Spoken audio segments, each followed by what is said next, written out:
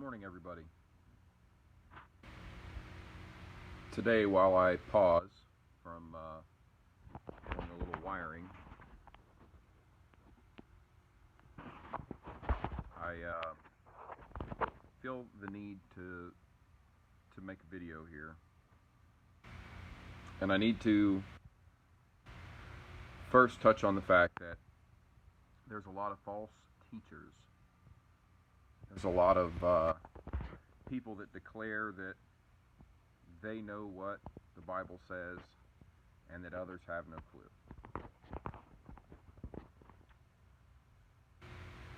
The Bible is a novel. It's a book. It's a compilation of materials.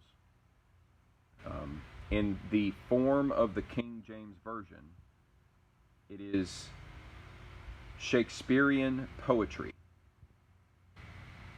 This means it has been put into a play or script form.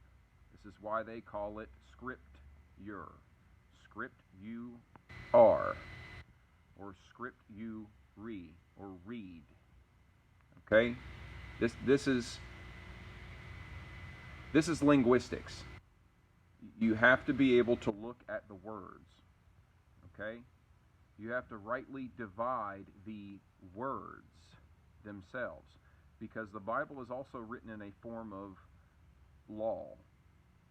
It has a mix of Latin and English, or Old and Middle English context.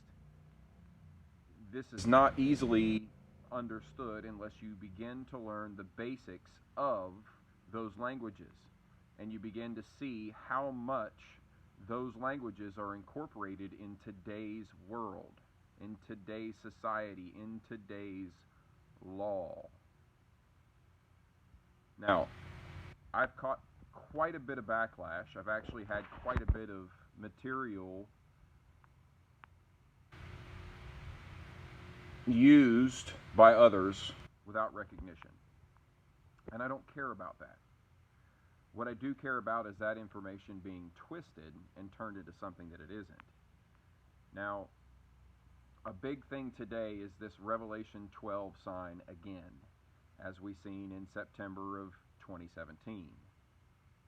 This year does not match the correct time period for that. It matches a set of sequences. It is not the sequential event. The sequential event will need to be two sets of 3.5-year periods, 1,260 days, time, times, and half of time. So that means a time, and half a time. So that's 3.5. 3.5 plus 3.5 equals 7. The kicker is 2,300 days, as referenced in Daniel, is 6.68 years, if I'm not mistaken, if I've done the math correctly on that. This is another sequence that overlays. These are time periods. These are sequential time periods. So as you roll through and you read any prophecy, if you do, you need to focus on how these events overlay each other. That means there are layers to it. It's like an onion. There are layers to the text, and each layer sits on top of another layer, line upon line, precept upon precept. This is important because if you do not overlay the text and see it as one piece, you're going to miss it. You're going to miss key things. Now, in my live stream, which you can see by looking at my lives, it's the only live I did. I did this the day before everybody started running to Robert Breaker on his Revelation 12 sign. He may have pointed out that there are asteroids with specific names. But what he didn't touch on, and where he didn't lead anybody, is another object that will approach next year this time next year. It is being called the next potential daytime comet. This comet's trajectory is viewable, or its estimated trajectory is viewable from thelivesky.com. And you can actually scroll through and look at the month by month path of this comet and then look at the description as well. This comet will pass into sextans, the sextant, which is a navigational device. It is an ancient mariner's tool.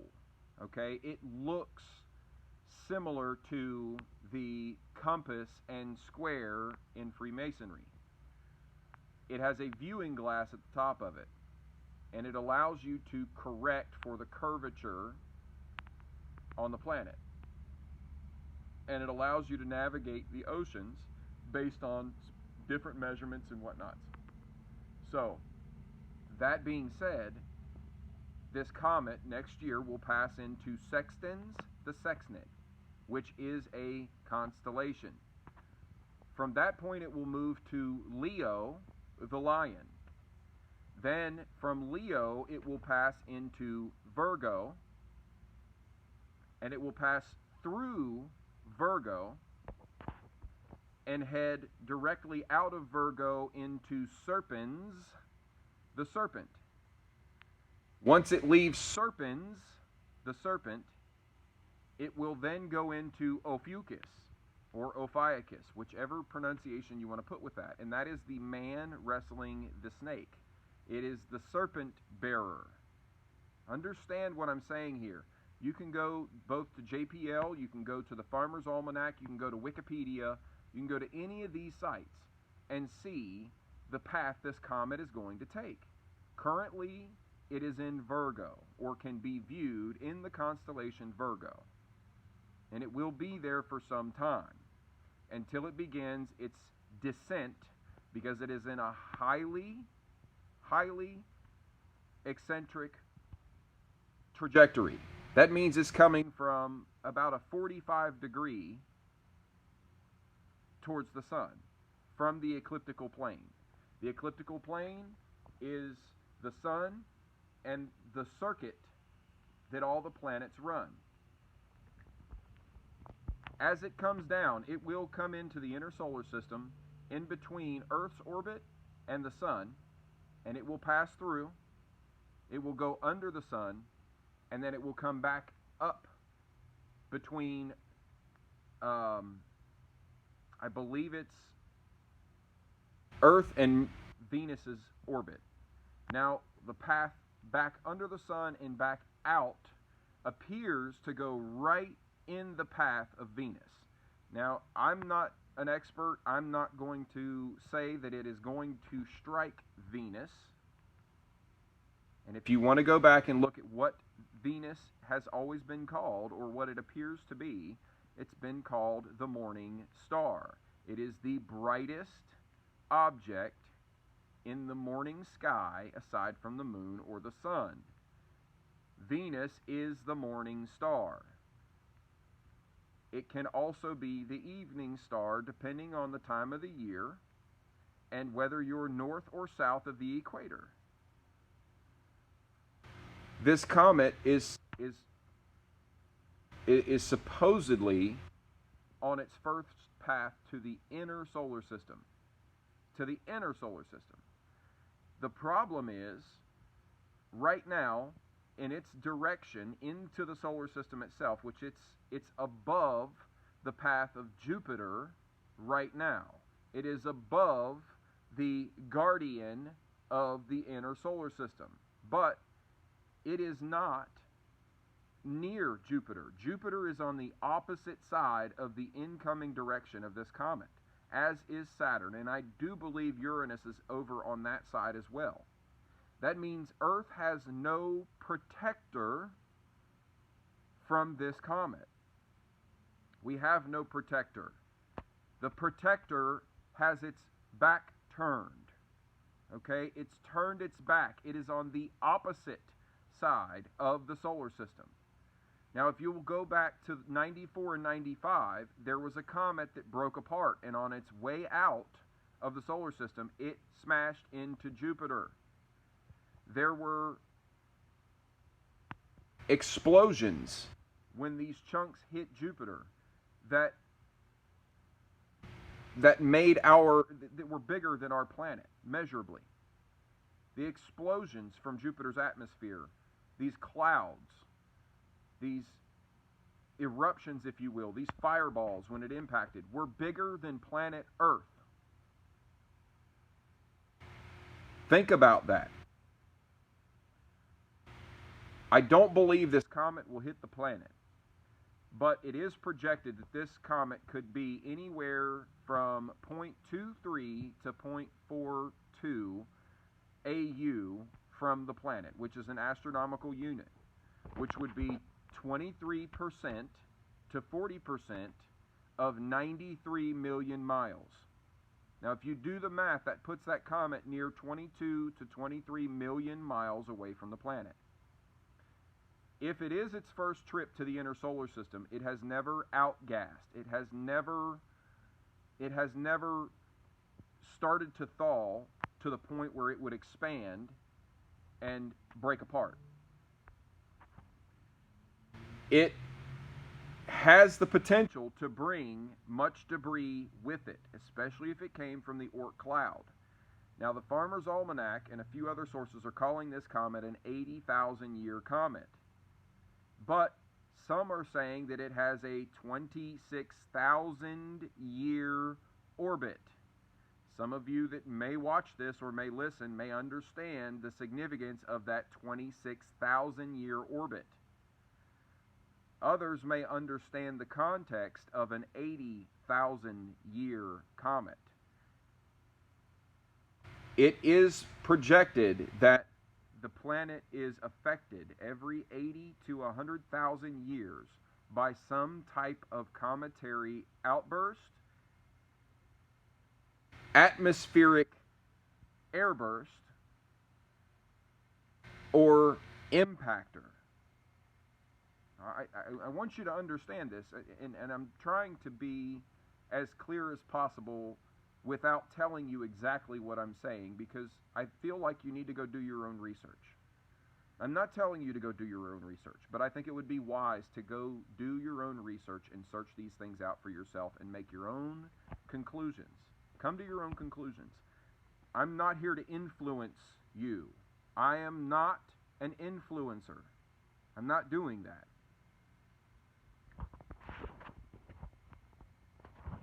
What I am trying to say is that although there may be an alignment in Virgo this year, and there may be some asteroids that have some specific names, but who names these things? What I am trying to explain is that 7 years from the first understanding of the alignment in September of 2017 will be 7 years later in 2024. Now, why I say this is because it will provide another representation of two great wonders in the heavens. We're having another, in America anyways, we're having another great solar eclipse. That is projected to be April 8th, 2024. Now, as we progress through 2024, there will be some other events that appear to be lining up. But when we get to the second great wonder, remember Revelation 12:1 and 12:2 and 12:3 indicate two great wonders. Two. So the great American eclipse in 2024 and the great comet that is projected to be a daytime comet, meaning that we could potentially see this comet during the day. It would be that bright. Now, two great wonders. Now, the path of this comet is laid out in such a way, or described by many sources, as passing through Leo, the lion, which is above Virgo's head as a constellation. As it passes through Virgo, it will take some time to pass through Virgo. Then it will come out and face the serpent. Serpens, the constellation. Once it leaves Serpens, this dragon, the comet, with a tail, a long tail, will face the serpent, and it will give the serpent power. It will give the constellation of Serpens attention, because it will be passing through it. All right? And it will be very visible by this point. So people will be looking towards the constellation of Serpens. The serpent will be given power by the dragon. And then the battle is represented by Ophiuchus when it passes through it. The man wrestling the serpent. The serpent bearer. Michael wrestling the dragon. Okay? These things are predictable. You can predict the path of a comet. But my question to you is, how does it align so perfectly with the text? Unless somebody has written these articles and written these paths in such a way to mirror the text. Now I ask you, if everybody has brought back up this Revelation 12 sign, if everybody's brought it back up. Now, mind you, I mentioned this the night before everybody went crazy and started posting videos about, Robert Breaker. I have nothing against the man other than the fact that he can seem to be quite arrogant sometimes. Other than that, the man does what he believes he should be doing, and I respect that. I posted the live stream. I'm not telling you to go watch it. I'm not. It doesn't concern me if you do. But if you look at the timing between my live stream and his video, you'll understand why I'm so adamant about explaining that the more people begin to hype these things up before their time, the more people will write it off when the time comes for it to truly be seen the way it's supposed to be seen. What I'm saying here is, the more people bring these things up, the more scoffers will come when it is time that it is actually represented, because they've been worn out by all the people saying things that don't accurately match up. There are so many people right now that are talking about this Revelation 12 sign. And as they talk about it, there's more and more people that are starting to just kind of write it off, and you have more people that are saying, oh, these people aren't right, and oh, these people this. Use your own judgment. Look at things from your own perspective. And I know many people who will hear these words right here will say, well, in Proverbs it says, lean not on your own understanding. Well, let me explain something. Solomon is declared to be the wisest to his time and that ever would live. This may or may not be true. But Solomon is also directly referenced with 666. 1 Kings 10:14. Directly referenced with that number. Solomon, solo man, one man. So why would you lean on one man's understanding and not your own? Why would you do what somebody else tells you to do or influences you to do without thinking about that for yourself? It makes no sense. So to lean on your own understanding would be to think for yourself, which is what it seems is a new agenda, that people don't want to think for themselves. And there's people telling people not to think for themselves because they're influencing others to think the way they do by telling people that others are wrong. I'm not saying anybody's wrong. All I'm trying to say is think for yourself. If there are 7 spirits of God, there are 7 different ways to understand that text. There is a reason why inquisitions happened over 490 years ago that targeted people who thought for themselves, who sought to understand those texts for themselves. There is a reason why men like William Tyndale and John Wycliffe died at the hands of the Holy Roman Empire, whom they were employed under, because they wanted the average person to have that text, to be able to read that text, and to be able to understand that text. And that took power away from the church, as did those who were targeted during the Salem witch trials and anything equivalent to it, because the churches were the first ones to start hospitals.